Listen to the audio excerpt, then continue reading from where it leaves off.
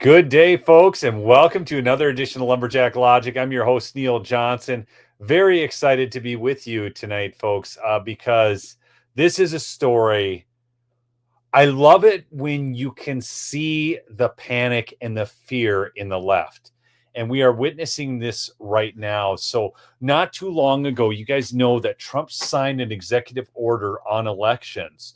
And there have been some big tells in the last couple days, one that just came out today, and I'm going to share that with you. I've got a special guest joining me on tonight's stream as well, as we're going to go over this because they're involved with a number of these people, and you're going to get some great insight. This is going to be well worth your time. So if you need to go grab some coffee, some popcorn, snacks, whatever, sit through this whole stream because you are going to learn a ton tonight.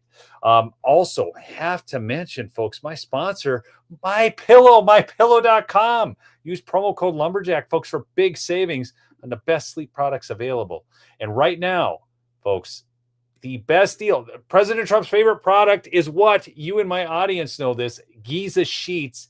It's like my favorite product as well. My three favorite products: travel pillows, Giza Sheets, and the towels. Okay.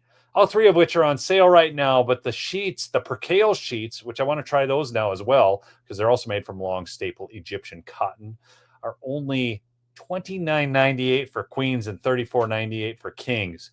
Go get yourself some. Call the 800 number. Give some of those home operators your business. 1-800-568-2865. Again, that's 1-800-568-2865. All right. So without any further ado, I want to bring in our special guest. You have seen her on my show before, and you're going to love this show tonight. I'm telling you, you're going to love it. All right. There she is. She's doing something. I'm sharing the link for the video on X. Hi, everybody. I'm so glad to be here with Neil and all of you. Okay, folks, this is wild. So, and I'm going to let her finish sharing the link that she needs to share. But here's the deal. So Trump came out with the executive order about restoring elections.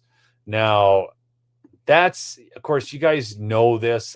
This covered. In fact, I'm going to go here to the whitehouse.gov site and pull this up for you. So if you don't know, preserving and protecting the integrity of American elections. By the way, I got to pull out 1 second and just go to the homepage of whitehouse.gov and show you guys this, because this is, okay, let's see if I can just go back, and back. Here we go. This is what I love this. This is the America is back. I just love this. I am so happy Donald Trump won that election. And, it was a rout because he carried every swing state and he won the popular vote, which Republican hadn't done for some time. But it was even bigger than that. Now I'm going to go back to where we needed to go. Okay, so this is preserving and protecting the integrity of American elections. So he says, by the authority vested in me as president and by the Constitution and laws of the United States, it is hereby ordered. Okay, despite pioneering self-government, the United States now fails to enforce basic and necessary election protections employed by modern developed nations, as well as those still developing. He goes on and he talks about that. Okay, ballots without postmarks, those received well after election day, outlines some of those problems. Free, fair, and honest elections unmarked by fraud, errors, or suspicion are fundamental to maintaining our constitutional republic. And I'm going to make a quick point here. I'm going to pull this out for a second. But I would think that everybody could agree on this, because whether or not you even feel that if you're like on the left and you're like, no, these are the most secure, safe, best elections ever on the face of God's green earth. You are, why can I not remember the guy's name right now? I mean, I know this. I talk about him all the time, from the Cybersecurity and Infrastructure Agency, CISA. Who is CISA? That? Yes, CISA. He said it was the most. It starts with a K. Cruel. The guy, my chat knows my chat because I talk about him all the time. I don't have his name on the top of my head, but here's the scoop. Chris Krebs. There it is. Krebs. Chris It Krebs. was a K, yeah. The most secure and everything election, the greatest, the gold standard of the world. Okay, that's his statement on it. Okay, so even if you're in that camp, why would you not want to prove us wrong? I mean, what's the problem here? I mean, they freak out over audits. They freak out over ballot inspections. They freak out over everything. They freak out over canvassing. Canvassing, just going up to people's houses, did you vote? Not who did you vote for, but did you vote? And, that's voter intimidation. It's all about voter intimidation. That's the words they use all the time, okay? Smash that like if you would, folks. Let's get this stream out to a few more people. We got 482 of you on. Let's get this thing up to 1,000 yesterday because this is good stuff. Holly, you were involved in the case. We talked about this before. You and Ash and Sean Smith all won in court. You pounded their sorry keisters into the ground, even some of that done pro se.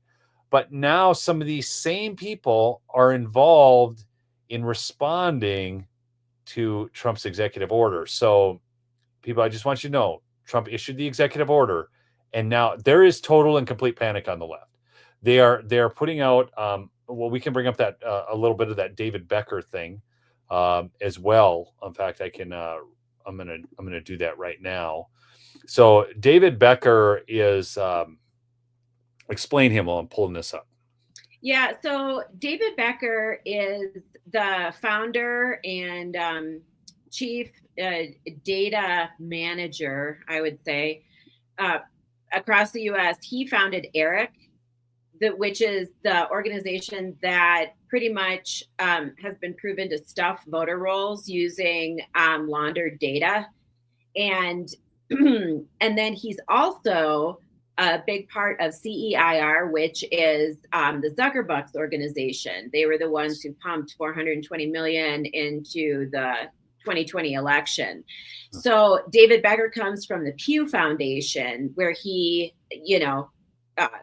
went through his boot camp, cut his chops, learned the ropes about elections, who the players are, how everything works. And then he spun off and started these two NGOs. So he's a big player in all of this. And what Neil's been talking about with this letter that these NGOs, the League of Women Voters, the NAACP, the I don't know if the ADL is, but the ACLU, groups like that have issued a formal statement to President Trump, not to President Trump exactly. They sent it to the EAC saying, yes, we're not going to comply with Trump's executive order. Now, why this is important, the angle of attack they're using here is the EAC is an offshoot of Hava, which was brought in by the Bush administration. Basically, Hava is the Help America Vote Act. And what that did in response to the hanging Chad, Dimple Chad, controversy in Palm Beach. Yeah, go ahead. Really quickly, Holly. So one thing that I think was common throughout George Bush's administration, okay, I think we saw this, and I don't know, you can talk about the conspiracy side of it, or you could just talk about the fact that was what he saw. I don't think you can say that George Bush was not a big government guy, any way you slice it. Okay, totally. No matter what motives you want to assign to him.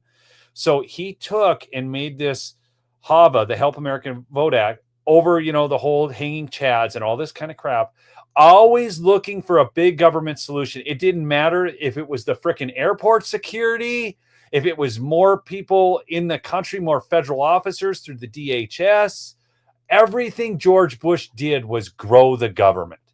It was absolutely unreal. And so this is one of those examples. Now, I do want to mention, too, because you're talking about this letter specifically where they responded to the U.S. election commissions. You can see that in the upper left-hand corner there, folks.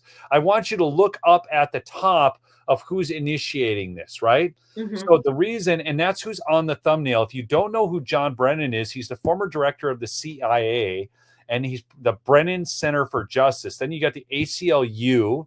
You've got the League of Women Voters, Legal Defense Fund, NAACP, every far out leftist whack job. Brennan, remember, said that the Russian laptop was Russian disinformation, or Hunter's laptop, excuse me, was Russian disinformation.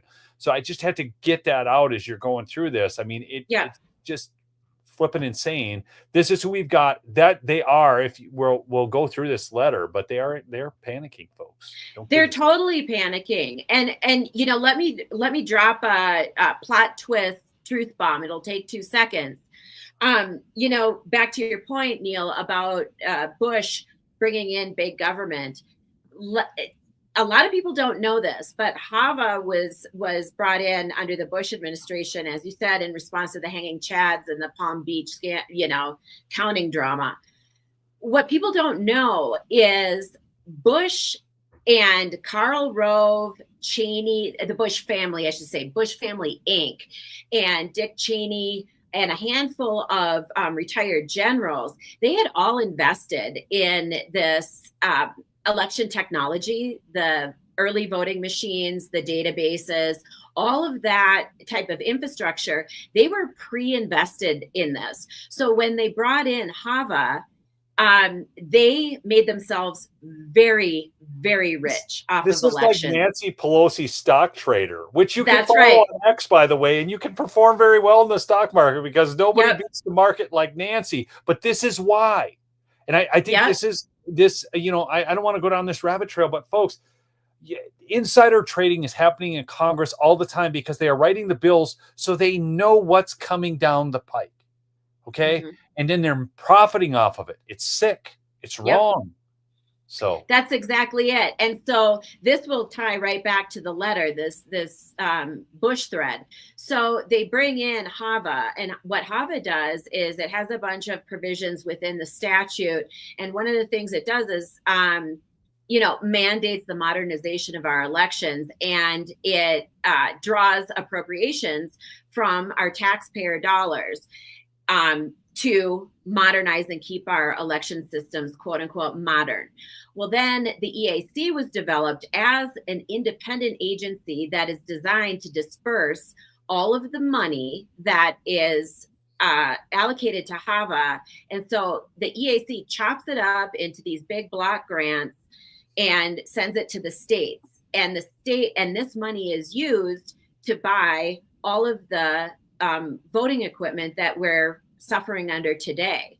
So the EAC is technically supposed to be an independent agency. And this is a really important point to remember as we're going through this letter, because this is the angle of attack that these NGOs and David Becker and Mark Elias and Norm Eisen, they're all going to start fighting the EO based on the fact that because the EAC is supposed to be independent, President Trump can't change their mandate or any of their authorities in you know, when it comes to election and election security. Mm-hmm. And I suppose we should get into the letter. I almost want to start with this video just a little bit. I just want to show you guys. So not only have they filed, and again, you need to understand, the president makes an executive order, and these people literally filed a letter with the EAC, not to President Trump, but to the EAC, telling them to ignore Trump's order. We'll show you this letter here. Okay. It's just dropped today. It's wild, but I want to show you this too. So this is Becker the other day before this letter came out. And notice this is an unlisted video on YouTube. They don't want other people, you know, looking this up. So this is unlisted, but your faithful host has contacted the person with the link, and she's on the show tonight. So we have this, okay? Because I do for you folks, and I do this, you know, I mean, this is free for you. You don't have to pay anything. Okay, here we go. Check it out. This is David Becker, CEIR. We have about 400 election officials from all over the country representing both parties, We'll see how many states are represented here. So I'm glad that this is providing value to you. Hopefully we'll get a chance to answer your questions, but this is not the only opportunity to interact. Please go to electioninnovation.org. I'll talk about this again, and sign up for our newsletter. We do not spam you. It happens about once a month, and it has, I think, information that might be useful to you. And then also just let us know if we can help. We're here for you all and the work that you do. So first, I want to highlight something that I think often gets forgotten. Again, folks, he's talking to election officials. Yep, on the county level. On the county clerks. This is one of these stupid NGOs again. Mm-hmm. Okay. And what's their record on government funding? Do you know that? Hava? No, CEIR. CEIR, they pumped, they're relatively new organization, but they were the ones who pumped the $420 million into the 2020 election. I don't know how much they receive in funding from the government. Got it.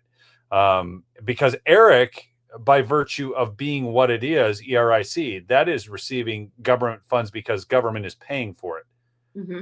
So understand this, and we can get into Eric a little bit later, but just and is maybe perceived by members of both parties and at times as being inconvenient. That is the United States Constitution's election clause. This is the exact unedited wording, even to the spelling of the word choosing, that is in the actual Constitution as drafted by the founders. The Times. Okay, this is a great point. This is such a great point. God, I love this point.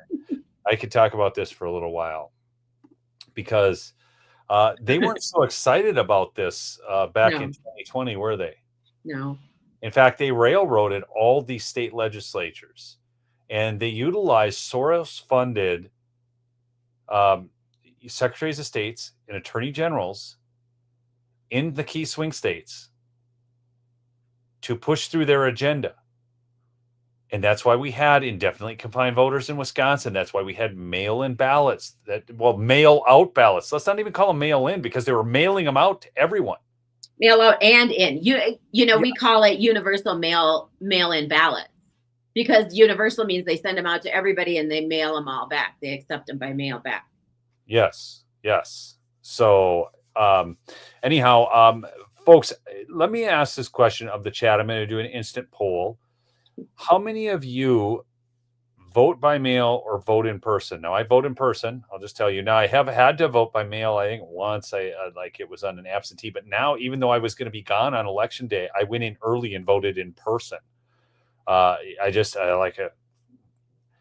But how many of you guys out there, in person or mail? Okay. Never by mail, vote in person. See, I've got a based audience here, Holly. In person, never by mail, in person. I vote in person. Mail can be adulterated. In person. So this is my audience. These are your people, Holly. They're our people. Yes, our people. Our people. Yes, but so this is so when David Becker goes on here, and Holly, why don't you just kind of give us? We don't want to listen to David Becker. I mean, no. He's annoying. We're not going to listen to his whole thing. I just wanted you folks to see that this was up. It's on an unlisted CommiTube link. If you want the whole thing, here, I'll even post the link in the chat for you. All right. Yeah. So I'm going to post it. So while you're posting, let me explain. So David Becker organized this webinar and invited all local election officials, mostly county clerks. And the point of this webinar was to explain how the EO, in Becker's opinion, affected local elections, and especially local election officials in their job. And really what it was is the mirrored talking points of the letter that Neil just showed. This is important because what we're seeing is a coordinated messaging campaign from the power center of Election Inc.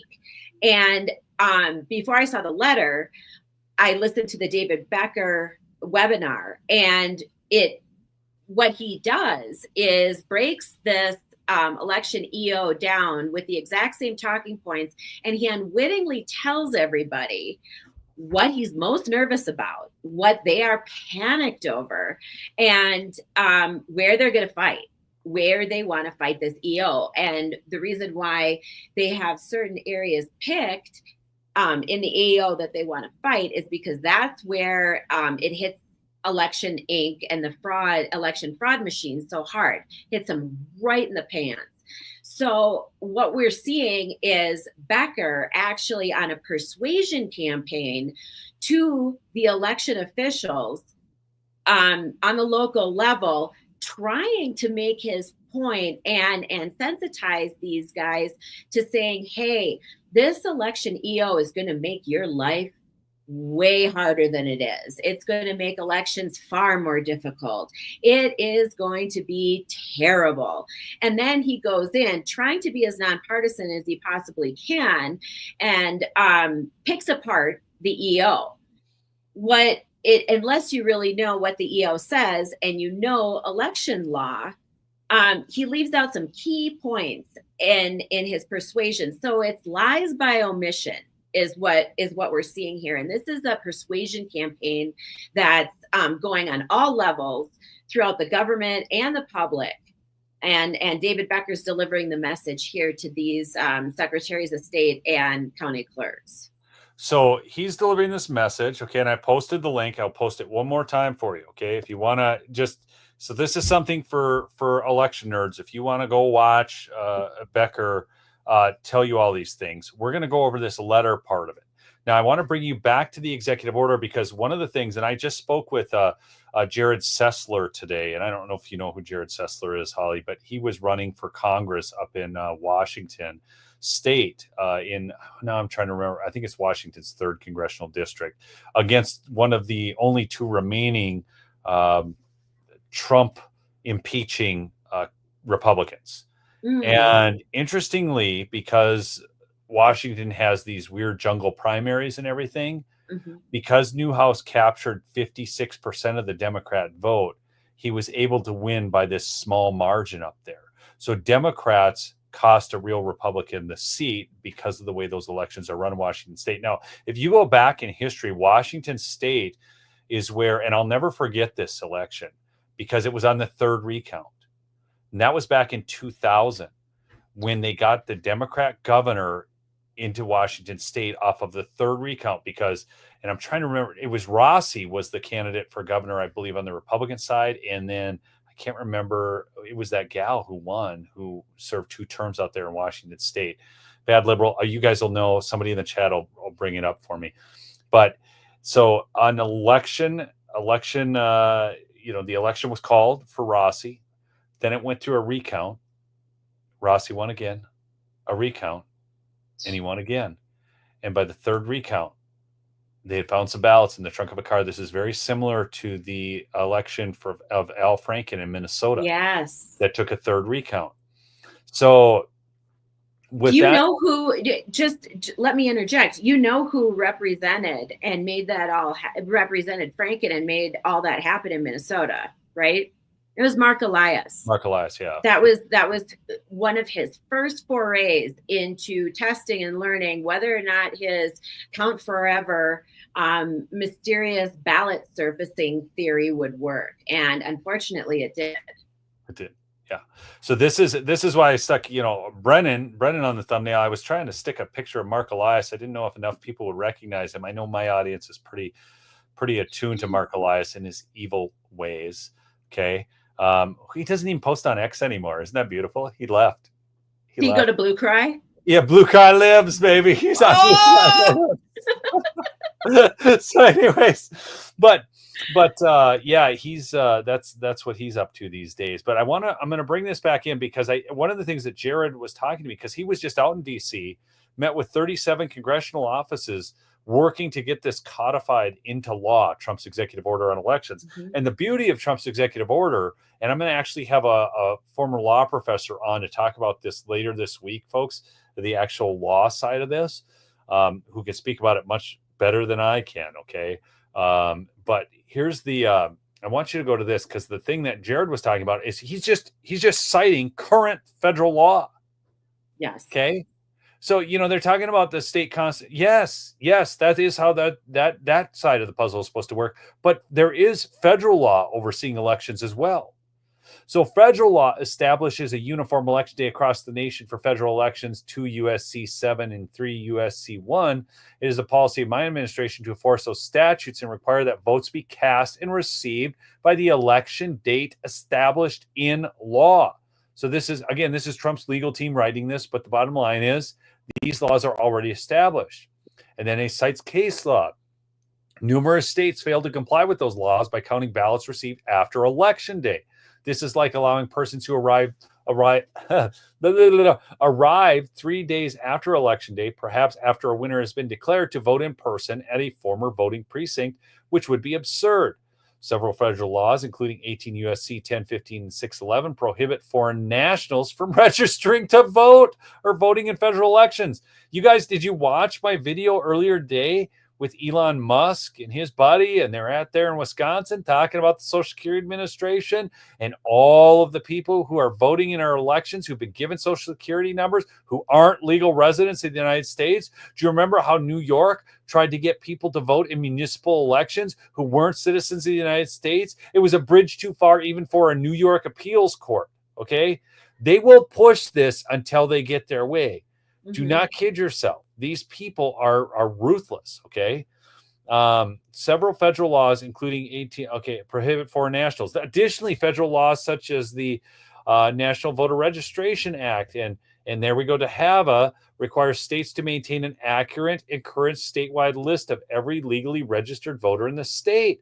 And the Department of Homeland Security is required to share. So the only point I want to make is the only thing that Trump's executive order is doing is what, folks? He's saying that we are going to enforce existing law. That's bingo. That's exactly right. And I think, but there is nuance to the executive order, Neil. Like if you're an election nerd, just super in the weeds, been working on it for a long time, there's nuance in this EO. And it was a really tricky EO to write and to have it stick and to be able to hold up under the inevitable onslaught of lawsuits that Mark Elias and friends are going to be using to challenge this EO. And that's why they're so worked up and freaked out about the EAC, because the EAC delivers a kill shot to voting machines specifically. The EO couldn't go in and say you can't use voting machines. It doesn't work that way because the states under the Constitution run elections. So it was very clever. Trump and his legal team said, hey, look, the EAC is in charge of certification of these machines and establishing testing standards. Now we know from a couple of years back that the voting testing standards from the EAC have not been upheld. They've not been updated, and they're absolutely horrible. They're Swiss cheese in terms of security and legitimacy. So what Trump did, and this is probably the most salient point out of the entire EO, is he said, look, the EAC has to update its standards. And I believe in the background, what has been agreed upon is that the EAC is going to raise the voting machine testing standards to a legitimate level of cybersecurity standards and functionality standards. They're going to really, really level it up.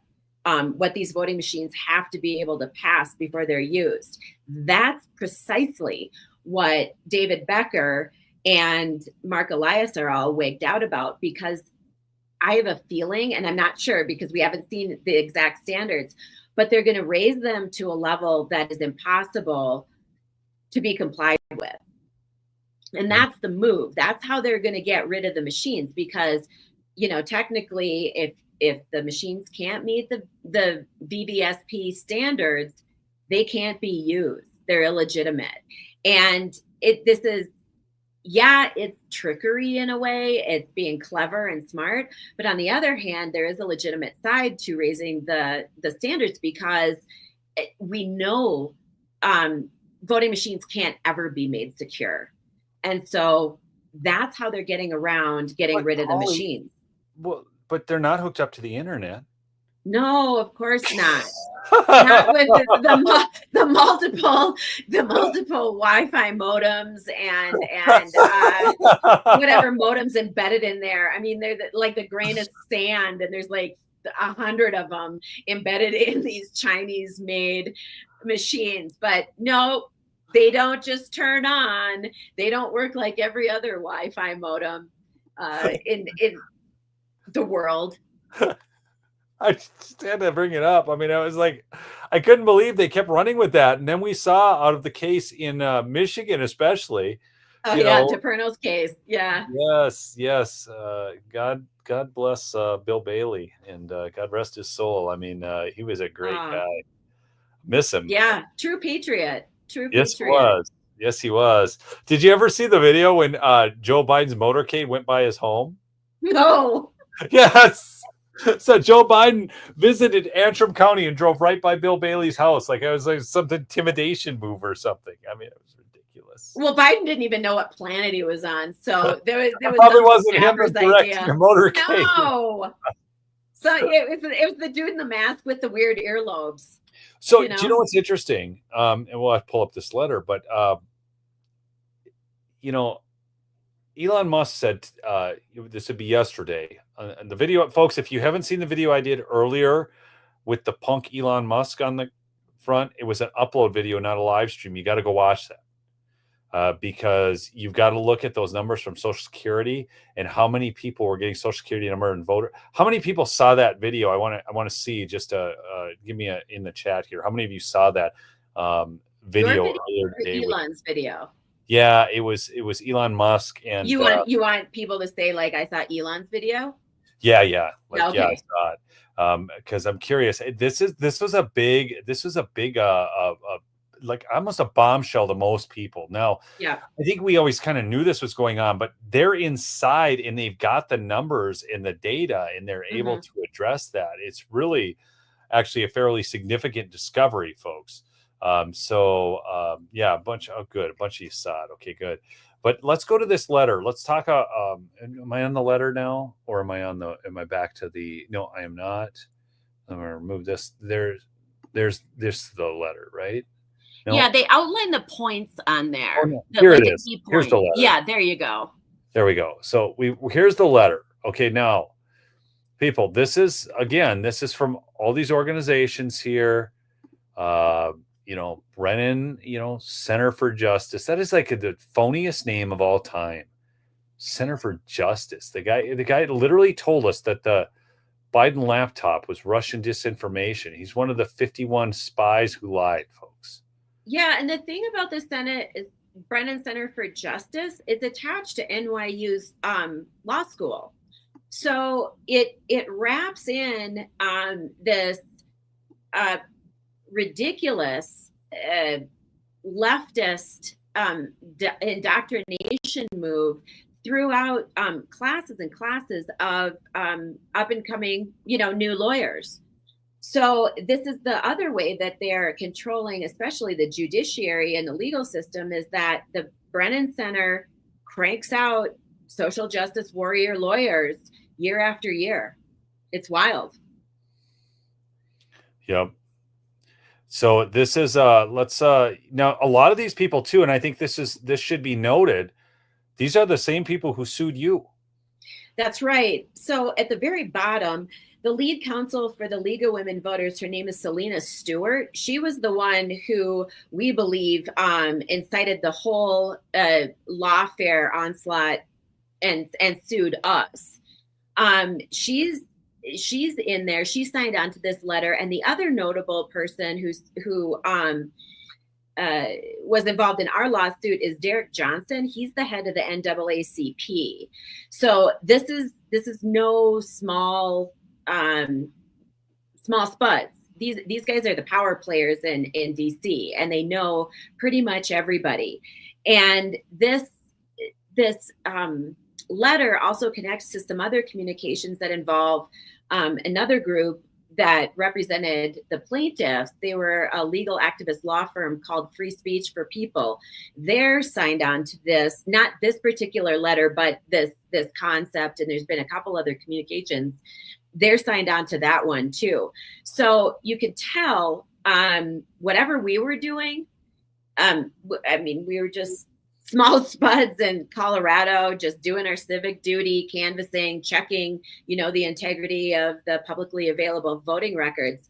Look at the weight that came after us in our suit. This was big time. They were very, very concerned about canvassing and what canvassing exposes. Oh yeah, no, canvassing is interesting. I mean, I remember that too from the Arizona audit. And then who was the gal down there doing all the canvassing? Why am I forgetting her name right now? Oh, she was in Congress. She was she was in the State House and they booted her. Yeah. And they harassed her relentlessly. Liz Harris. Yeah, she had a lot of problems. They really went after her. Oh yeah, I had her on the show before too. So listen to this. I want you to. So we'll go back up to the top, but I want you to listen to this last line. Regardless of the merits of the order's proposed standards for voting systems, the commission must also consider the impact of the order's suggested actions on states. According to the commission's research, 11 states and Washington, D.C. have state statutes and/or regulations that require all voting systems used in the state to be federally certified. Rescinding all previous certifications of voting systems would leave these states without any legally viable voting system option until a voting system can be certified to the amended VVSG 2.0, a process that could take years, as evidenced by the fact that no voting system is yet certified to what? Well, why the hell isn't it to VVSG 2.0 for you? That's my point. Yeah. Yeah, exactly. That is the point, people. They're sitting there whining and making excuses, but why hasn't anything been done at this point? Because they haven't had to, because nobody's forced their hand, because Trump wasn't there. Okay. Yep. Because everybody else was fine. I look at all these other oh man, I'm going to go a tangent. I'm going right now, because folks, every time we heard before Trump, all these conservatives, I'm going to just take the abortion issue as one. We're always told, oh yeah, we're fighting for life. We're fighting for life. And then they tell us, because Trump said certain things that they didn't like, that he wasn't. But let me ask you a question. Who has done more for the pro-life movement than any president by far since Ronald Reagan? Not even close. Okay. In fact, he's surpassing Ronald Reagan, because here's the thing. And this is what people don't understand is, okay, so the problem right now isn't even going to be abortion clinics. It's going to be some pill, RU486 and stuff like this, that people can just pop and abort their babies. And here's the other thing. The real problem is the woke indoctrination taking place in our schools that is teaching kids that this is acceptable. And so the dismantling of the Department of Education is a bigger move than any of them were willing to do. We'd heard it as a fever dream, just like moving the embassy in Israel to Jerusalem. We'd heard that. Everybody's, oh yeah, we're going to do that. Bull. None of them did anything. Trump is the only president in my lifetime where I've gotten to see promises made and promises kept. The only one I've been able to vote for. And so here we are. And they're telling us that he's not pro-life enough. My gosh, the pro-life is... Who got all the pro-life protesters out of jail, or the pro-life prayers out of jail? So here we are. This is the same thing with elections. Oh, we're going to secure your elections. We're going to fight for you. They never freaking fight for us. No. And you know why? It's, you get the platitudes, right? On paper, or in theory, you get all the Republicans saying, yeah, we've got to fix our elections. Yeah, we have to fix our elections. But what the dirty little secret that nobody talks about is how lucrative the election market it is actually. And that's, Bush created a multi-billion-dollar industry overnight with Hava. And it's not just the machines, it's the contracts, it's the IT support, it's the printing, mailing, and processing ballots, all the equipment that goes along with it, the hardware, the software, the contracts. I mean, it goes on and on. And so what they really don't want is for the rhinos, at least, the people who tell us on paper that they are all about fixing our elections. What they're really trying to protect is the multi-billion-dollar business that elections have turned into. Paper ballots, hand counted on the precinct level, they're 92% less money. It costs that much less. They're only 8% of the cost that running an election using tech costs. Exactly. Right. So this is where it gets really interesting on this letter, because they haven't certified to the amended VVSG 2.0. Okay. A process that could take years, as evidenced by the fact that no voting system is certified 4 years after the commission adopted the new guidelines. And so that's supposed to somehow be acceptable to us. That's acceptable now? I mean, what are we talking about here? You know, this is insane. Oh, here, we got to go to that. But it's great though, because that was part of the Trump executive order, is that he raised the VVSG standards to the 2.0 level. And now they're panicked because they know they can't meet these standards, because technically no voting machine or election equipment can meet, modern cyber standards. And so now they're coming after Trump, saying, look, the EAC is independent, and the EAC doesn't have to adopt and mandate and enforce the VVSG 2.0 standards. That's how they're trying to attack this, because the VVSG 2.0 standards are a kill shot to the election tech infrastructure. So here's where it gets even better, Holly. And this is what I love. This letter is it's just so good. So listen to this. Okay, first, because they still haven't done 4 years, they haven't been able to do it, because they're idiots. Let's just say it like it is. Or they don't want to. Exactly. Now listen to this. It goes on and it says, while states that do not require federal certification may continue to use their existing systems, the loss of certification signifying satisfaction of federal election security standards could cause significant harm to public confidence among the state's voters. And then they go on and they say, for these reasons, we urge the commission to take no action in response to the executive order. So these people, I mean, from the NAACP, Brennan Center for Justice, League of Women Voters, they are telling our EAC how to run elections contrary to the executive order of the President of the United States of America. Yep. What the hell? It's totally bananas. And then what's even funnier, right, is if we flip back to David Becker's webinar, right, which is mirroring these talking points. He goes on to say, look, none of the voting equipment that we have, that we're all talking about right now, that I've been personally helping you guys, use and keep in compliance, none of it will match the 2.0 standards. And, for us to get into compliance, it's going to cost tens of billions of dollars. And county clerks, your lives are going to be hell without this. But what Becker leaves out is, Neil, to you, 2% savings with hand-counted freaking ballots. And we used to run elections this way. And you know what's really funny? We always knew who won on election night. Yeah. It's just so stupid.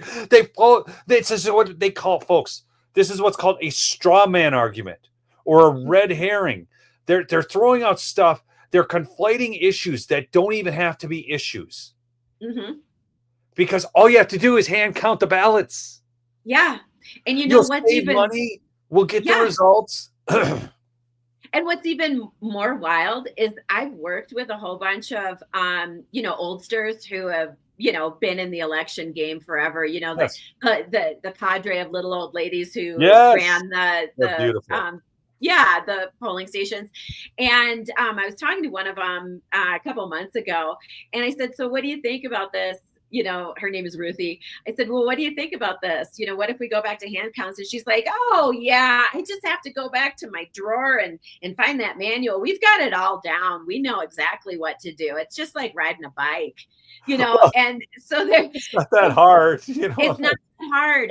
And there's still institutionalized knowledge, people who exist today that are still working elections that did it the old way by hand and have, muscled their way through, screwing up the computer version of elections. Poor things.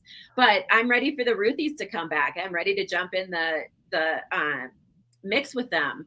And it was kind of cool because my town where I live is the newest. It was, we were granted like town status. We're the newest town in the United States. And to vote in, our county commissioners and our new mayor and all that kind of stuff, we hand counted the ballots. It was all done by hand. And I did it with everybody. And it was super easy, super fun. And it went like grease lightning. And we were able to just automatically say like, yep, does that sync? It syncs. Yep, we good. Yep, these are the results. No question. It's so beautiful because, election day used to be, it was amazing.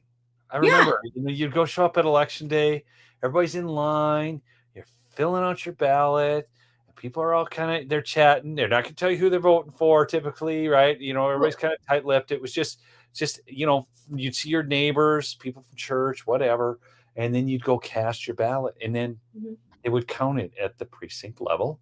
Yeah. The precinct level, vote center, folks.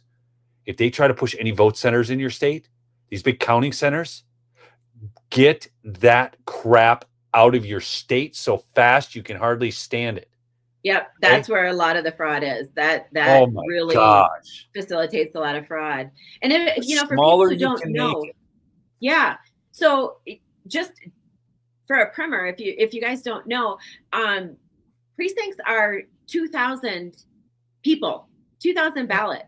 And once a precinct, like say, for example, you live in an area like a suburb that has high growth, and your precinct at one point was 2,000 people, but then you have this huge housing development, that sprouts up, behind you or whatever. And all of a sudden your precinct is 10,000 people. They chop it down in almost in real time to 2,000s. And it's a constant process to keep these precincts at about 2,000 people. It's an active system. And so, for anybody to tell you, oh, it's going to take too long to count ballots by hand, they're assuming that you're going to be hand counting mail-in ballots that don't have a person in front of you. You can't see their ID. You can't do all of the verification in real time in person, which takes 30 seconds, minute max. That when you use counting centers, that takes that little process that I just described takes probably dozens of people and days. And so when it's a false equivalent when they say, oh, you can't possibly count that many ballots that fast. Well, they're not accounting for when you divide up these big numbers into chunks of 2,000, you can do it in a couple hours, no matter how complicated the ballot is. Yeah. It's just, it's ridiculous to say that you can't do that. This is the most absurd straw man argument of all time. Yeah. If we could do it before, we did this and we found out who won the election, we could do it again. Yeah. It's not a big deal. And back to the cost us a lot right? less money. I work as an election judge. Okay. Do you know you get paid as an election judge, audience? I just want y'all to know this. They will actually pay you for doing this. I thought it was free. Like when I signed up, to be an election judge, I just thought I was volunteering my time. I didn't care. I just wanted to, want to clean elections. Okay. So, I thought I would just be volunteering. They will pay you. So all you people When you need to make some money around election time, they will pay you. Mhm. Okay. You get a couple $100 or whatever for going and running the election and ensuring that it's secure. So I encourage you. I've encouraged, and a lot of my audience has become election judges. I've mentioned this to them, or also poll watchers at elections. That is volunteer work. Okay. But you can do that. All you have to do is call your local precinct and, say, hey, your township, your city, whatever. You go, I want to. Your clerk's office. Yeah. I mean, and they have to balance out equal numbers of Dem and Republican election judges. They want even numbers. And then there's the middle section of independents. And so you're really not going to get turned away. Yes. I haven't known many people who have gotten turned away. It was You might not serve in your own availability. precinct. You might not serve in your own precinct. I mean, you might be down the road a little ways, but I could, serve anywhere in the state of Minnesota once I've gone through the training. Yep. Well, watch this. You want to see something really cool, Holly? Because a bunch of my audience, this is post 2020. I told them, man, we need to be election judges, and a bunch of them signed up to be election judges. So check this out in the chat. How many of you folks have done and been an election judge or poll worker? Just only comment if you have, EJ or poll watcher, PW. EJ, PW, comment in the chat. But a lot of, I know, and I don't know how many of them are on the stream tonight, but they did. I encouraged them to do this, and a lot of people signed up. They went out and did it. This audience of mine, praise God for them. Okay, so both. So poll watcher, nothing more. Poll watcher. But this audience also, when we when we were trying to make Tim Walz abide by the Constitution of Minnesota, and we sent out sworn affidavits to him and mailed them off in certified mail. This audience stepped up. We sent over probably over 1,000 into him, and it was within a week after we had done that those were dropped. So just utilizing sworn affidavits, and we outlined it all. A guy by the name of David Jose had helped us with that, and we went right through, and we had I just did a live stream with it, and all these people, we went through how to fill these out and how to do everything, and some of them even signed up to be notaries.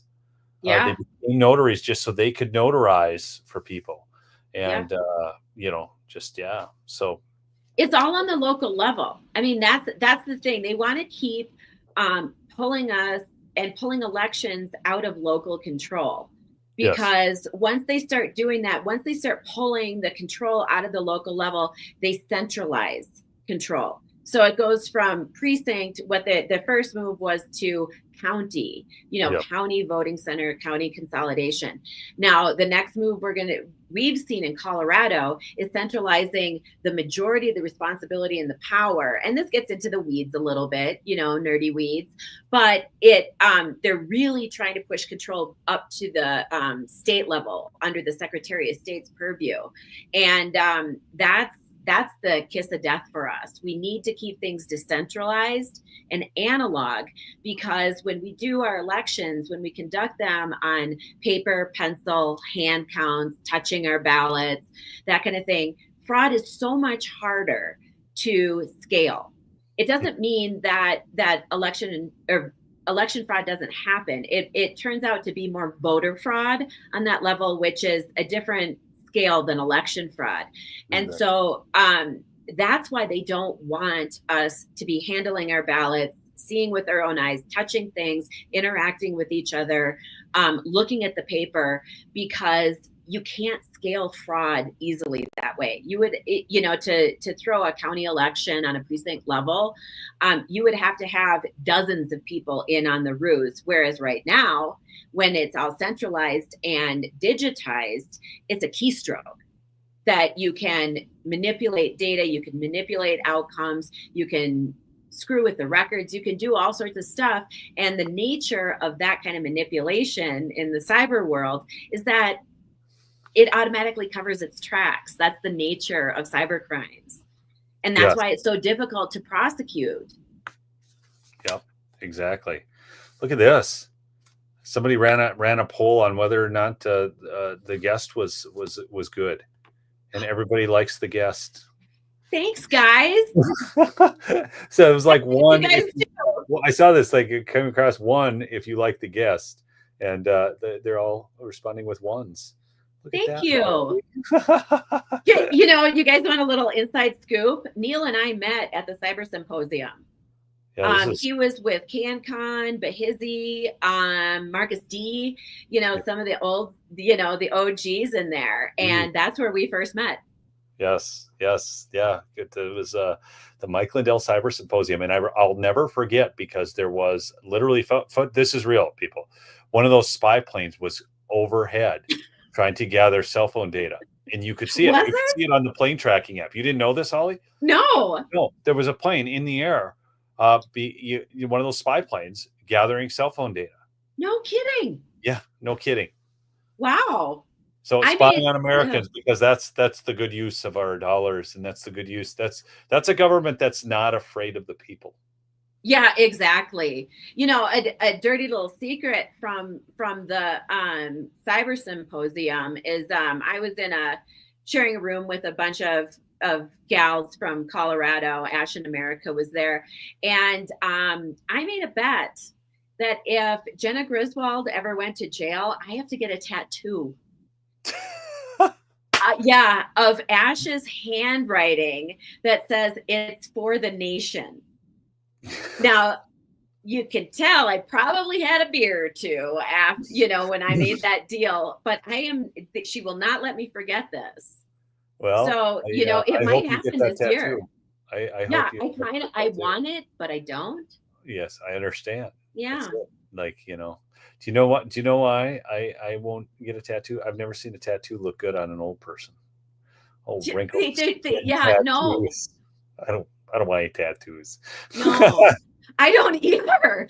But I signed up for this. I shot my mouth off, and now I've got to make good on it. So, you know, with the DOJ coming in and looking at, you know, Tina Peters' case, I don't know if you guys know, you know, the inside scoop on this, but Tina is in jail, obviously. She filed a writ of mandamus, and what that means is it's a official inquiry into whether or not she's going to be able to potentially be let free pending, you know, as her appeal is pending. And that kicked off an official DOJ inquiry into the Secretary of State's office, probably the AG's office, and Tina's whole case. And so this is a pretty big deal, because if that inquiry happens, there's for sure going to be surfacing of information and likely laws that are broken. And the reason we know in Colorado that this is a big deal is our Deputy Secretary of State, Chris Beal, who was a witness for the plaintiffs in my case. He on the stand said, under no uncertain terms, he's the one who runs the show in that office. Jenna's just a figurehead. So Chris Beal is the boss man. He just left his position within the last week, just up and out, and announced it to the county clerks. His replacement is a guy named Jeffrey Klein. Jeffrey Klein is a Perkins Coie alum. And Klein has now started arranging personal meetings one-on-one with all 64 county clerks in the state to, I think, do a threat assessment. He's going to find out exactly what's going on in the counties, who's going to be trouble, who's not, who's going to go along with things. And he's getting the lay of the land.